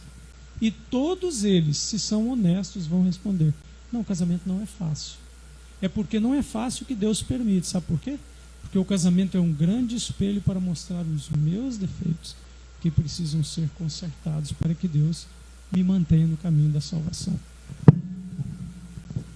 Um ponto que a gente tem pensado muito, a gente tem falado muito nas nossas palestras, né, para casais e para famílias, esse ano principalmente, porque desde que começou a pandemia, a gente sabe que essa pressão toda da pandemia gerou muitos divórcios, muitas separações e muitos problemas conjugais, né? E a gente vê principalmente entre os nossos irmãos, o casal com um pensamento completamente oposto. Um está lá, eu tenho que mudar para o campo, eu tenho que fazer isso, tenho que fazer aquilo, e o outro está nem um pouquinho preocupado. E muitas pessoas estão se separando por essas razões. E aí o tema que a gente trabalhou esse último ano foi justamente esse, né? Como que eu amo o meu cônjuge a ponto de querer a salvação dele e ao mesmo tempo fico firme nos meus princípios com Deus. Que eu creio que vai ser o ponto principal nesses últimos dias, né? A pergunta fala aí dos tempos do fim. Então, e nós já tivemos algumas experiências assim, onde a gente se deparou com valores que eu pensava que nós estávamos na mesma página, estávamos ligados, e de repente, não assim, valores comprometedores, mas assim, coisas que eu tomava como certo, que ele pensava igual eu, e aí? E naquele momento, Deus tocou meu coração e falou assim, não, você precisa chegar às suas conclusões baseadas no seu relacionamento comigo, independente dele. E nós vamos chegar nesse ponto. Eu não sei se todos nós aqui vamos estar juntos e unidos em todos os princípios até o fim. Então, ao mesmo tempo que eu preciso ajudar a salvar o meu cônjuge, interceder por ele, principalmente se ele tem um pensamento diferente do meu, eu preciso ter um relacionamento com Deus que seja tão firme que mesmo que o meu cônjuge não esteja na mesma página, eu não vou me desviar. Beleza, muito bom. Pessoal, são 9h15? 9h20. Eu tenho a última pergunta, chegou no meu ponto aqui, uma informação. Que tem outra pergunta aí, eu quero saber de vocês aguentam mais 10 minutos? Ou podemos terminar? Aguento mesmo? Porque tem uns com os olhinhos curtinhos aí. Não? Bom, então eu vou fazer a pergunta do ponto, chegou aqui, e agora a última depois. Eu deixei uma aqui especial por último aqui, eu acho que achei bem interessante. Sobre modéstia, vestuários. Qual seria, apesar que nós estamos vivendo hoje, essa semana eu recebi um WhatsApp, o que se vestia em 1960, o que se veste agora, a gente fica chocado, né? As pessoas se vestiam bem e tal, agora as roupas tudo rasgadas, tudo não sei o que, parece a gente foi numa guerra, né? E a ausência aí, as transparências e decências, o que vocês poderiam falar para nós, como cristãos, sobre vestuário? Modéstia cristã. É sempre assim, o princípio é o mesmo, né? Não é o que eu quero, é o que Deus quer, né? O que Deus espera de mim. Para isso eu tenho que pesquisar, né? Qual é a revelação, né? E está bem claro a revelação, né? O que é modéstia, né? Outra coisa relacionada à modéstia também é que nós vamos representar a Cristo, né? Então pensa que é o que Deus quer e você tem que representar a Cristo. Você tem um trabalho especial numa empresa, você tem que se vestir daquela forma para você representar o seu trabalho, né? Então, se você tem que representar a Cristo, até em casa você tem uma modéstia a ser seguida, porque você quer representar bem a Cristo para os seus filhos também, né? No que tange aos homens, eu sou homem, então eu vou dizer uma coisa para você. Se você vai para o mundo, até eu ouvi, a minha esposa comentou comigo uma palestra que foi feita por uma senhora em São Paulo que lida com essas questões de vestimenta e tal. E a roupa apertada hoje para homem, isso é uma moda horrorosa. Okay? Acha que o indivíduo está mostrando o quê? A gente tem visto até na televisão, às vezes, cantores adventistas e pastores seguindo a Cristo, usam umas calças tão apertadinhas, isso é ridículo. Vestido a vácuo. Vestido a vácuo, é ridículo, gente. O indivíduo tem que pular de pelo menos 3 metros para conseguir entrar na calça. E para sair depois deve ser um custo.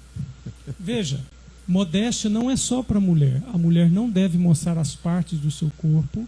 Eu vou ser aqui bem direto, ok? Como pastor. Às vezes é difícil conversar com algumas mulheres, porque a mulher está mostrando partes do seio aqui. Vocês precisam entender, eu vou falar como pastor, ok? Vocês precisam entender que a sexualidade da mulher deve ser explorada pelo marido dela. Agora, se a mulher se veste de uma forma que ela vai despertar sexualidade em outros homens, saiba que você vai voltar para casa adúltera com muitos homens. Ponto. Porque se a Bíblia diz, se um homem desejar uma mulher, já cometeu adultério com ela, mas se ela se veste de forma a despertar sexualmente um homem, ela está sendo culpada do adultério dele. Nós somos cristãos e temos luz, ok? Mas quanto ao homem também deve haver modéstia. Uma mulher não deve mostrar partes do seu corpo. Atraia o homem quando a mulher começa a mostrar as coxas, partes do seio. Atraia o homem sexualmente, ponto. Os homens que estão aqui, isso é verdade ou é mentira? Verdade ou mentira? Verdade. Verdade, pronto, gente. Homens estão falando, ok? Então sejam modestas, não mostrem a parte do corpo. Estou falando como pastor, guia espiritual. Ok? Se você faz isso, esse é o resultado. Teologicamente não tem outra explicação. Agora, homens, você está querendo mostrar suas perninhas roliçazinhas, torneadinhas, para quem, gente? Desculpa, homem tem uma protuberância entre as pernas, certo? Às vezes tem uns que usam umas roupas, eu que sou homem fico com vergonha de olhar a criatura. Fico pensando, quem que ele está pensando que é mostrando todas? É verdade, vamos ser sinceros. A roupa do homem tem que ser larga o suficiente para não mostrar seus documentos e ao mesmo tempo larga o suficiente para não apertar. Isso é ética do mundo, ok? Ética de vestimento numa empresa. Segundo, as pesquisas indicam que um homem que vai numa entrevista com roupinha apertadinha, ele já perdeu. Porque os psicólogos que entrevistam e que vêm já sabem que essa pessoa não é confiável. Pensou que coisa interessante? Do mundo.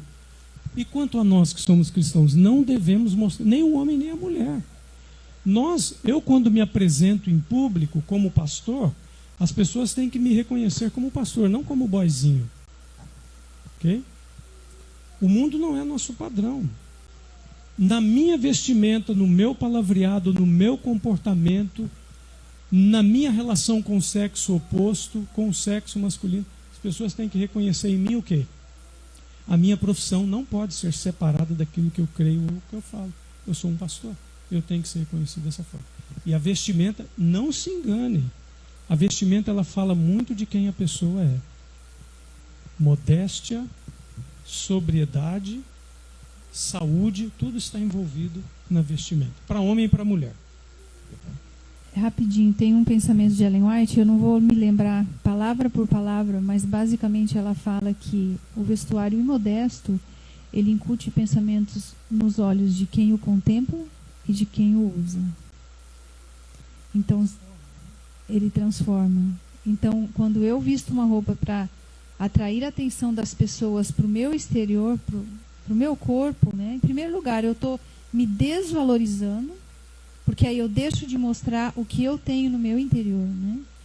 E eu estou me tornando... existe uma pesquisa que fala que o vício da pornografia, ele está tanto no homem que olha como na mulher que veste.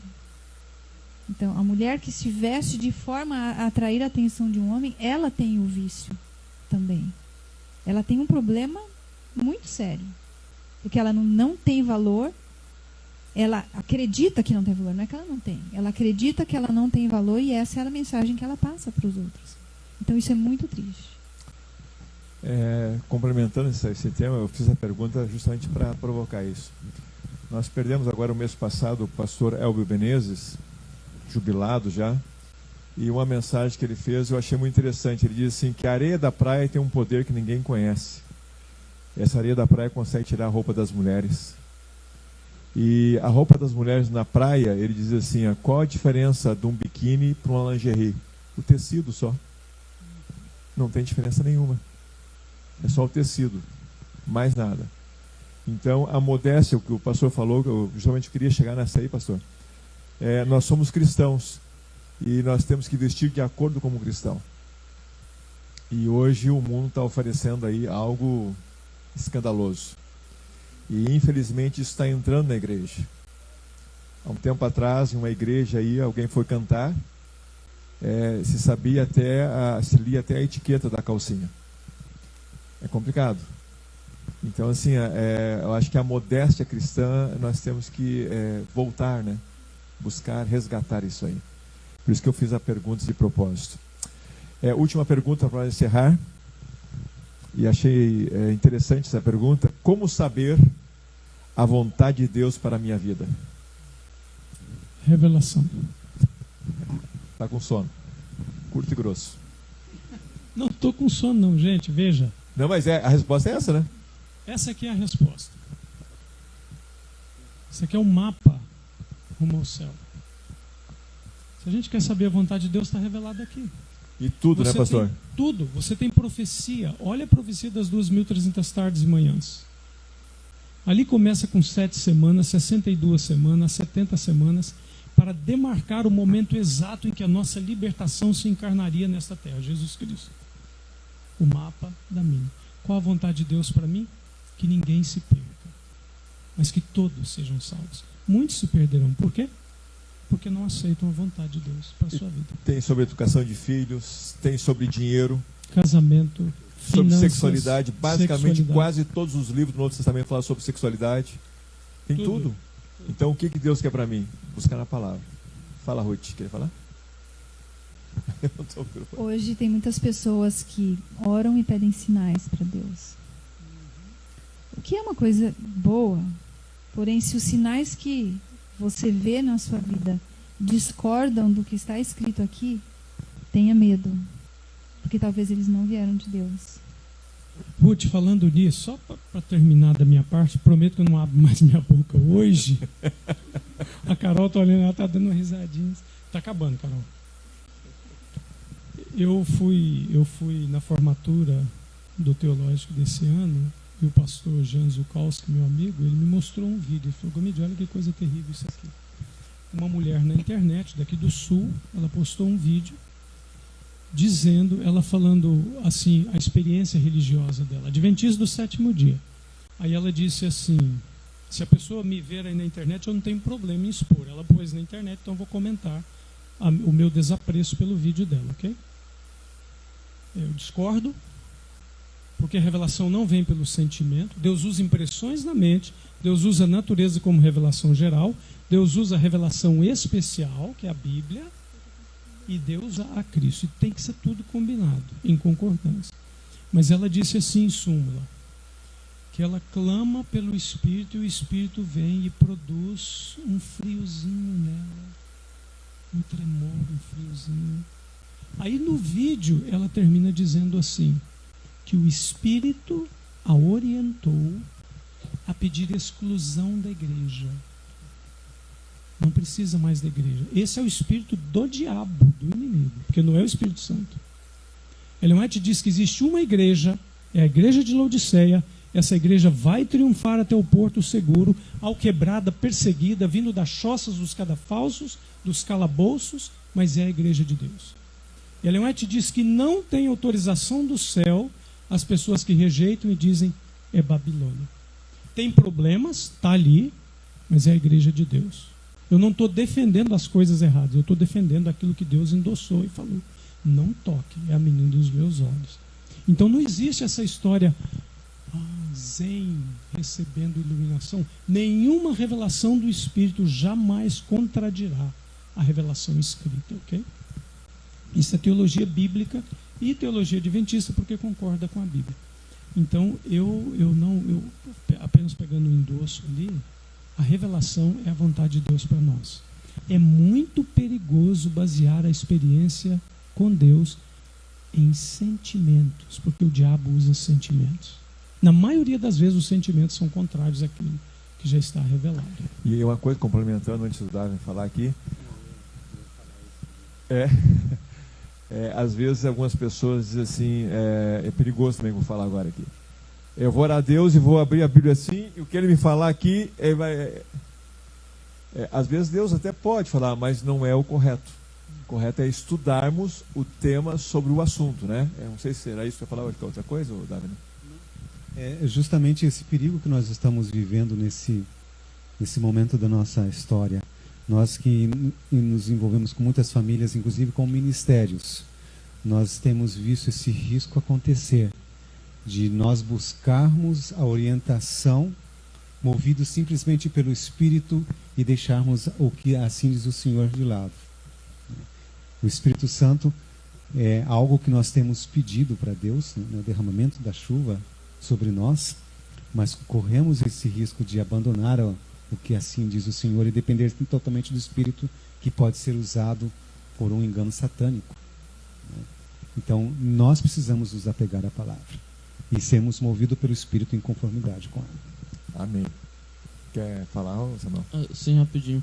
Ela fala duas coisas. Para saber a vontade de Deus para sua vida, ela fala para seguir as providências de Deus e fazer o trabalho que está mais perto de você. Então, a maioria das vezes a gente não vai ter o caminho todinho da nossa vida, tudo que a gente vai fazer num mapa legalzinho. A maioria das vezes Deus não vai mostrar pra gente, você vai fazer esse curso aqui, depois você vai trabalhar aqui e depois você vai fazer isso aqui. A maioria das vezes não é assim. O que Deus falou para Moisés? O que está na sua mão? Está um cajado. Então esse é o trabalho que você tem que fazer agora. Usar esse cajado. Muito bem, Samuel. É isso aí. Nós queremos agradecer a presença de todos que estão aqui presentes, o pessoal que está nas redes sociais nos assistindo. Foi muito bom. Não sei se conseguimos responder a todas as perguntas. Talvez alguns não perguntaram, mas a gente tentou ampliar um pouquinho mais aqui para que a maioria das dúvidas e das coisas que vocês queriam perguntar está aqui. Amanhã estarão eles à disposição, então, se tiver alguma pergunta, vocês podem procurar cada um deles, mas de coração agradecemos. E para encerrar, vamos colocar em pé, vamos fazer uma oração para nós encerrarmos esse momento agora. Angélica, podia orar para nós? Antes de orar, eu só quero deixar um versinho, já que a gente vai dormir, alguns vão ter que usar uma lanterninha para chegar no quarto, né? Então, vocês lembram desse verso? Lâmpada para os meus pés é a tua palavra e luz para o meu caminho. Eu estava comentando com os meus filhos esses dias. Olha, a luz é para os pés. Normalmente a nossa lanterninha, mesmo que ela seja bem potente, ela não vai até o final do caminho. Ela vai iluminando o próximo passo. E o próximo. Então, confie em Deus. Você que quer saber qual é o plano de Deus para a sua vida, dê o próximo passo que você vê e não se preocupe. Ele vai mostrar passo a passo. Vamos orar. Querido Pai, muito obrigado pelos momentos que passamos aqui juntos. Muito obrigado pela Tua palavra, que possamos não ter passado nada do que nós pensamos ou nós achamos, mas simplesmente do que o Senhor pensa, que o Senhor acha. Senhor, a nossa intenção aqui é estudarmos e aprendermos a Tua vontade e seguirmos a Tua vontade. Não nos deixe, Senhor, confiar em nosso próprio entendimento. E agora irmos descansar, pedimos as bênçãos do Senhor para esta noite, confiando na promessa que deitamos e logo pegamos no sono, porque só Tu, Senhor, nos faz repousar em segurança. Em nome de Jesus. Amém.